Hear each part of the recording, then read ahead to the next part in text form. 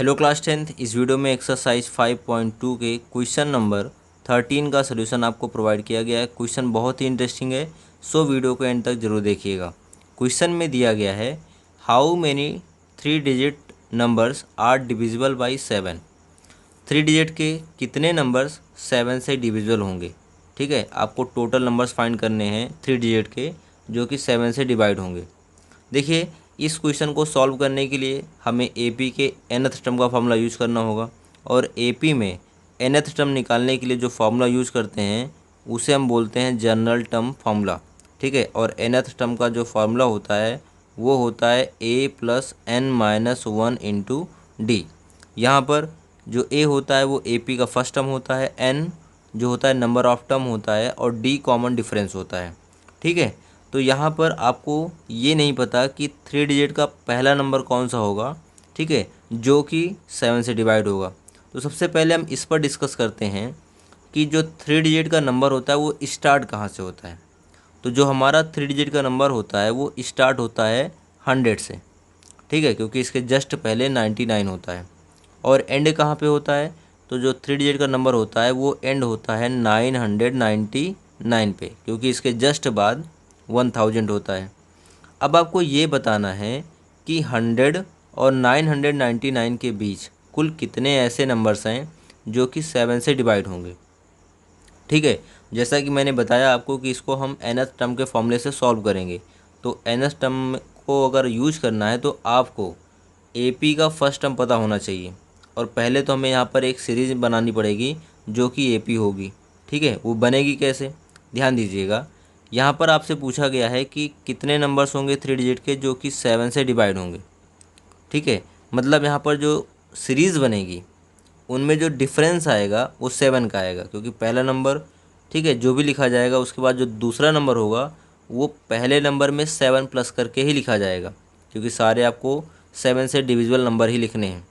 ठीक, तो पहले आप ये देखिए कि यहाँ पर 7 से डिवाइड होने वाला 3 डिजिट का पहला नंबर कौन सा होगा। तो 3 डिजिट का जो पहला नंबर है वो तो 100 है। क्या 100 7 से डिवाइड हो रहा है, पहले हम ये चेक करते हैं। ठीक है, तो जब 100 को हम डिवाइड करते हैं 7 से तो 7 × 7 3 बच रहा है, और यहाँ पे हो जाएगा 30। ठीक है, और 7 के टेबल में 30 नहीं आता है, तो 7 के टेबल में ऐसे आगे बढ़ते चले जाएंगे तो कौन सा नंबर होगा जो आपका 7 से डिवाइड होगा। तो 30 के बाद जो नंबर्स आ रहे हैं 31, 32, 33, 34, 35, इसमें जो 5 है 35 है वो 7 से डिवाइड हो जाएगा, मतलब यहाँ पर 0 की जगह पर 5 रहना चाहिए। तो जो 3 डिजिट का पहला नंबर होगा जो कि 7 से डिवाइड होगा वो होगा 105। ठीक है, और अब ऐसे ही आपको पता करना है कि जो लास्ट नंबर होगा 3 डिजिट का वो कौन सा होगा जो कि 7 से डिवाइड होगा। तो पहले हम ये देखते हैं कि क्या 999 7 से डिवाइड हो जाएगा। तो देखेंगे यहाँ पर, तो 7 से डिवाइड करने पर 7 × 7, फिर यहाँ पे 2 बच रहा है 29 हो जा रहा है, 7 4 × 28, फिर यहाँ पर बच रहा है 1, और यहाँ पे बनाएगा 19, और 19 7 से डिवाइड नहीं होगा। तो अब इसको हम कम करते जाएंगे। ठीक है, क्योंकि इधर हमको आगे जाना था और इसमें हमको पीछे आना है, क्योंकि इसके आगे जा नहीं सकते हैं। तो यहाँ पर फिर हम देखेंगे 8 रख कर, तो यहाँ पर 18 हो रहा है, तो 18 भी 7 से डिवाइड नहीं होगा। फिर हम 17 देखेंगे, 17 में डिवाइड नहीं होगा। ऐसे सीरीज में हम देखते जाएंगे, तो यहाँ पर 14 होगा, तब 7 2 14 हो जाएगा। इसका मतलब यहाँ पर 9 की जगह पे आपको 4 रखना है। ठीक है, तो जो हमारा लास्ट नंबर 3 डिजिट का बनेगा वो क्या बनेगा, 994। और सेकंड नंबर क्या बनेगा, सेकंड नंबर बनेगा 112। क्यों, क्योंकि अगर ये पहला नंबर है 3 डिजिट का जो कि 7 से डिवाइड हो रहा है, तो दूसरा नंबर कैसे मिलेगा, इसमें 7 प्लस करने पे। और ऐसे ही तीसरा नंबर क्या मिलेगा, इसमें सेकंड नंबर में 7 प्लस करेंगे तो तीसरा मिलेगा। अब देखिए, क्योंकि यहाँ पर हर कॉन्सिक्यूटिव टर्म्स के बीच का जो डिफरेंस निकलेगा वो मिलेगा 7। ठीक है, तो इसका मतलब है कि ये जो सीरीज़ बन रही है वो एक एपी सीरीज़ है, और एपी सीरीज़ में आपको निकालना है कि कुल कितने टर्म्स हैं। ठीक है, कुल कितने टर्म्स हैं, क्योंकि जितने टर्म्स होंगे उतने ही नंबर होंगे जो कि 7 से डिवाइड होंगे। अब आपको ये निकालना है कि कुल कितने टर्म्स हैं, और यहाँ पर आपको पहला टर्म, कॉमन डिफरेंस और आखिरी टर्म दिया गया है। अब ध्यान से समझिए, ये जो आखिरी टर्म है 994, ये जिस नंबर पर आएगा इस एपी सीरीज़ में कुल उतने ही टर्म्स होंगे ना, समझ में आ रही बात। ये 994 जिस नंबर पर आएगा कुल उतने ही टर्म्स इस सीरीज़ में होंगे, ठीक है, क्योंकि आखिरी टर्म है तो आखिरी अगर 14th प्लेस पे आ रहा है इसका मतलब ये है कि इस एपी में कुल 14 टर्म है। अगर वो 15 प्लेस पे आ रहा है तो इसका मतलब ये है कि इस एपी में कुल 15th टर्म है, ठीक है। लेकिन ये किस नंबर पर आ रहा है ये आपको नहीं पता, तो हम लेट कर लेते हैं कि ये nth टर्म पे आ रहा है, मतलब nवें टर्म पे आ रहा है, ठीक है। और nth टर्म अगर इसको लेके चल रहे हैं तो ए और डी आपको पता होना चाहिए। तो सबसे पहले सॉल्यूशन स्टार्ट करते समय हम ये लिखेंगे कि ए ऐसा कौन सा नंबर होता है 3 डिजिट का जो कि 7 से डिवाइड होता है, ठीक है। तो पहला नंबर हो गया 105, ठीक। तो लिखेंगे लेट या बी नो दैट, ठीक है, ऐसा भी लिख सकते हो, since first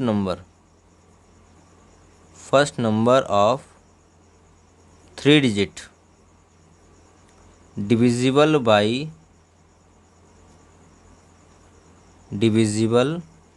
by 7 equals to क्या हो जाएगा 105, ठीक। अब ऐसे ही सेकंड नंबर लिख देंगे तो सेकंड नंबर जो होगा वो हो जाएगा भैया 112, और ऐसे ही लास्ट नंबर लिखेंगे, ठीक है, एंड लास्ट नंबर, तो लास्ट नंबर जो होगा वो कितना होगा 994, देयरफॉर, ठीक, 105 common 112 comma and so on 994, ठीक है, इज़ एन एपी, ये बन गई आपकी एक एपी सीरीज़, ठीक है। अब इस एपी का जो फर्स्ट टर्म है वो है 105, कॉमन डिफरेंस 7 दे रखा है और लास्ट टर्म आपको दिया ही गया है, ठीक। तो यहाँ पर आप लेट कर सकते हो, पहले आप ये लिख लीजिए इन विच जिसमें आपका जो फर्स्ट टर्म है ए जो है वो कितना दिया गया 105, और जो डी आपको दिया गया कॉमन डिफरेंस वो दिया गया है 7, ठीक। उसके बाद आप लेट करेंगे कि जो इसका आखिरी टर्म है 994 ये इसका nth टर्म है, तो यहाँ पर हम लेट कर लेंगे, let nth term equals to दिया गया है आपका 994, और nth टर्म हम किस फॉर्मूले से निकालते हैं, nth टर्म हम निकालते हैं a plus n minus 1 into D से, ठीक है। यहाँ पे ये वैल्यू आपको दे रखी है 994। अब इसको सब सॉल्व करेंगे तो ध्यान से देखिएगा, ए आपका एपी का फर्स्ट टर्म होता है और एपी का फर्स्ट टर्म आपको दिया गया 105, ठीक है। तो 105 लिखेंगे, प्लस उसके बाद n होता है तो n आपको नहीं पता है, माइनस 1 इंटू डी आपको दिया गया 7 इक्वल्स टू दिया गया है 994। अब ये देखो, ये जो 105 प्लस में है अगर इसको हम पहले राइट साइड भेजेंगे तो माइनस में हो जाएगा, तो बाईं तरफ क्या बचेगा, बाईं तरफ सिर्फ ये बचेगा n माइनस 1 इंटू 7, ठीक है, ये बचेगा बाईं तरफ, और राइट साइड में आपका हो जाएगा 994 माइनस का 105, ठीक है। अब यहाँ पर आप देखिए n minus 1 into 7 equals to क्या हो जाएगा, जब 994 से 105 माइनस करेंगे तो यहाँ से कैरी करेंगे 14 होगा, 14 में से अगर हम 5 माइनस करते हैं तो आ रहा है 9, फिर यहाँ पर बच रहा है 8 बच रहा है, और 8 में से 0 माइनस करने पे आएगा 8, ठीक। उसके बाद यहाँ पर आप देख सकते हो 9 में से 1 माइनस करने पे आएगा आपका 8। अभी देखिए अगर आपको n की वैल्यू निकालनी है तो ये सारे टर्म्स जो होंगे इसके साथ में ट्रांसपोज करने पड़ेंगे। पहले जो मल्टीप्लाई 7 है इसको राइट साइड भेजेंगे, तो ये अगर इधर मल्टीप्लाई है राइट साइड जाएगा, दाहिनी तरफ जाएगा तो डिवाइड कर देगा 889 को। तो आप लिख सकते हो n माइनस 1 इक्वल्स टू क्या हो जाएगा 889 डिवाइड बाई 7। अब जब हम 889 को 7 से डिवाइड करेंगे तो आंसर क्या बनेगा, देखिए 7 1 जा 7, कितना बच रहा है यहाँ पे 1 बच रहा है, 1 कैरी करेंगे इसके साथ में तो 18 हो जाएगा, और 7 2 जा 14, फिर कितना बच रहा है 18 में 4 बच रहा है, तो यहाँ पे 49 बनाएगा इसके साथ लगकर, तो 49 7 से डिवाइड करने पे कितना बार जाता है 7 7 जा 49 होता है, तो n-1 की जो वैल्यू मिल रही है वो बन रही है भैया 127। ठीक है, तो n की वैल्यू कितना मिलेगी, अब ये जो -1 है इसको राइट साइड भेजेंगे तो प्लस हो जाएगा, 127 + 1, सो n = 128। इसका मतलब जो लास्ट टर्म है वो 120th टर्म है। ठीक है, 128 टर्म है।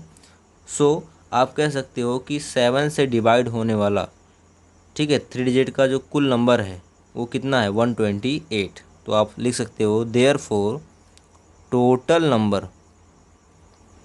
Number which are divisible by 7